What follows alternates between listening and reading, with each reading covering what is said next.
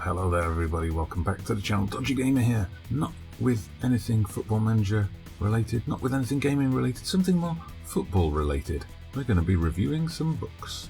But if you are new here, don't forget to take a look around, drop a like on the video and subscribe to the channel if you haven't done so already. But here you're not going to find autobiographies of recently retired players or managers past and present. Much like my Football Manager saves, we're going to go a little bit more obscure and a little bit deeper into the world of football. And don't forget to let me know in the comments what you think of the books I present, if you've read them, if you're interested in reading them, and any football books you've read that you think we should be checking out as well.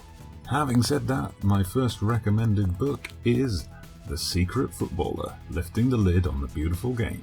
Now, The Secret Footballer, of course, came to prominence probably about 10 years ago now with a series of articles in The Guardian. And much like the newspaper columns, there's a few tidbits, a few suggestions of scandal and so on thrown in, but generally it's more about the life of a professional footballer. As I said, what's really interesting are the insights he gives into the game that we love so much, especially those things that he feels that the fans just don't quite get. The chapter on tactics, for example, when he kind of discusses his frustrations with fans saying, well, why didn't you just chase that ball? And also the section on finances, definitely worth a read in these current times with all these demands for players to reduce their wages. So the way he talks about how finances work and how agents operate in the world of football, there's so much that we don't know. But overall, this is a fascinating insight into the world of football and the layers of football stadium. It's interesting to see how this player, a Premier League player, someone who reached the pinnacle of the game, kind of describing himself as not being anywhere in the league of the likes of Drogba, Rooney and Scholes.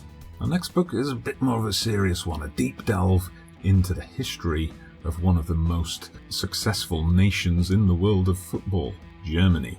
This book is Tor, the story of German football. And this covers the whole history of German football from the origins in the 19th century up to about the 2002 World Cup. So it's interesting to go back into that early history of German football and see how difficult it was in many ways for the games to take root, especially in the climate of the imperial rivalries across Europe at the time, and it's seen as an English game. And it's interesting to get the backstory on German football, the days of the regional championships, and learn that Bayern Munich and Borussia Dortmund were not always the big dogs. The club history can be a bit of a slog. Perhaps for international readers, the chapters on the history of the national team will hold more interest. It is quite sickening, though, to hear about the decline of the German football team in the 1980s and 1990s when they were still winning World Cups and reaching semi-finals. But perhaps for me the most interesting chapter, unfortunately also the shortest chapter, was the history of East German football. Now, that's definitely something I'd like to hear more about. Now, we've all at some point, probably as children, had that dream of being a professional footballer. And maybe in later life you've thought, could I hang in the Maltese Second Division? And those were exactly the thoughts of Ralph Harley, author of The Beautiful Dream. So this is the story of one man's journey across Europe, trialling at different clubs, trying his luck to see if he can get a contract to play just one professional game.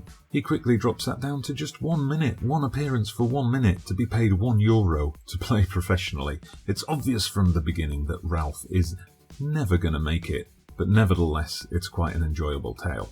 He bluffs and blags his way into trials in places like Malta, Andorra. We like Andorra on this channel. He goes to Latvia, he goes to Sweden, he gets interviewed for local radio, he gets to meet all sorts of characters. He has his brother following him round, making a documentary. He has the heartbreaking experience of almost immediately meeting someone else who's doing the same thing as he is, only someone who's much better. Also the heartbreaking experiences of realizing that often the local players are a lot better than he is. He has trials in parks, he has trials in places with world-class training facilities. Ultimately, he fails. I don't think I'm giving away any big spoilers there. But it's about the journey more than the destination, and it's definitely worth a read. Also available on Kindle Unlimited. For our next book, from a man who believed he could play professional football to two friends who believed they could play international football. That's how the story of Pompeii begins, as two friends believe that they can find a nation where they can represent them in the international game. Of course, that proves more difficult than they first suspected. The whole passport nationality question is an issue. They soon set their sights on management instead, and by some random chance they end up in the Pacific island of Pohnpei trying to resurrect their football team. Much like Ralph Howley, they go off with some kind of arrogant ideas about how they're going to be the saviours of football in the nation. They do, of course, find that there is a certain pedigree of football before they got there, but their key role is in bringing the islanders together and getting them organised and getting them to recapture their passion for the game. They face plenty of challenges in drumming up the interest of the locals, making sure they turn up to training on time, battling against the tropical weather conditions, and lack of interest from the local football association. But over several trips to the island, they build up their relationship with the players and they get the team going. And it's definitely worth a read just for when they finally realise that dream of getting a team out there to take on a rival island nation. Okay, time now for the penultimate book on our list and another deep dive into a nation's footballing history. Welcome to Hell by Jason McManus. As you'll have guessed from the title and the book cover here, this covers the story of Turkish football. But this obviously is a nation with a footballing story close to my heart and an author close to my second home, as Jason McManus is a resident of Ankara, as I used to be. Now, in contrast to Tor, which kind of chronologically went through German football, McManus goes through Turkish football topic by topic, and it's all against the backdrop of Turkey's often turbulent history as we learn about the teams from Ankara backed by the military government, the Levantine team in Izmir made up from a mix of descendants of British and Jewish residents, the Kurdish side who almost knocked Fenerbahce out of the cup. We get insight into great figures of Turkish football like Fatih Terim, fan groups like Beşiktaş's Çarşı and their involvement in anti-government protests, and we even get some of the fallout of the 2016 coup attempt. It's very messy, it's very complicated, but McManus does a fantastic job of packing that all into neat chapters for us to digest. Definitely worth the read. Now, often at this point in countdowns we'll get an honourable mention. This time we're going to get a dishonourable mention. One football book I definitely would not recommend, and it may come as a surprise. It's Football Manager Stole My Life.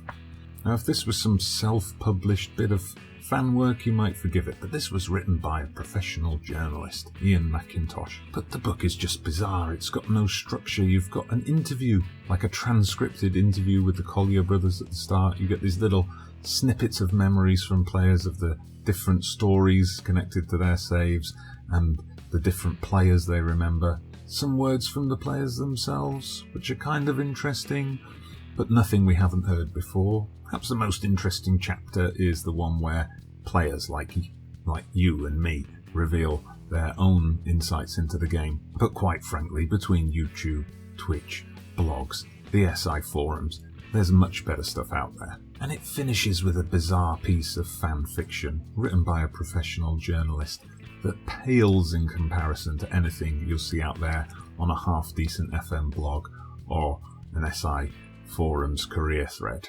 And so finally, to wrap up, and maybe no surprise on the channel which has the International Manager of Mystery, it's 31-0 by James Montague. This book tells the tale of the qualification process for the 2014 World Cup, but the global qualification process. Montague really gets into it. He goes and watches ties like Afghanistan versus Palestine, Rwanda against Eritrea. He checks in on teams like Haiti, Antigua, Curacao. He goes and checks out the Oceanic qualifying. He goes along to the Confederations Cup to follow Tahiti. He calls in on Europe even to see some deep-seated rivalries that still exist between nations of Central and Eastern Europe. And what interested me in this book is how every nation has some kind of conflict and some kind of pain that the players have to deal with. So Afghanistan and Palestine, obviously two nations suffering from years of turmoil and conflict and war. He checks in on Egypt under Michael Bradley and the aftermath of the coups.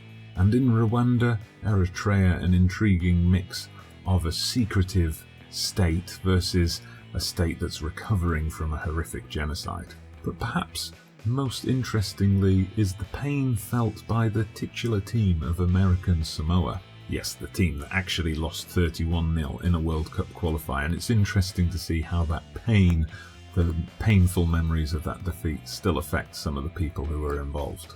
But overall, it's a fascinating insight into the global game and my top pick of a football book for you to read. So that's it. If you've read any of my picks, let me know what you thought of those down in the comments below. And don't forget to recommend your own books that you think you should read, or maybe any books you'd like me to review on the channel in the future. But for now, I'm Dodgy Gamer. Thank you very much for watching. Don't forget to hit that like button, subscribe to the channel if you haven't done so already, and I'll see you again soon.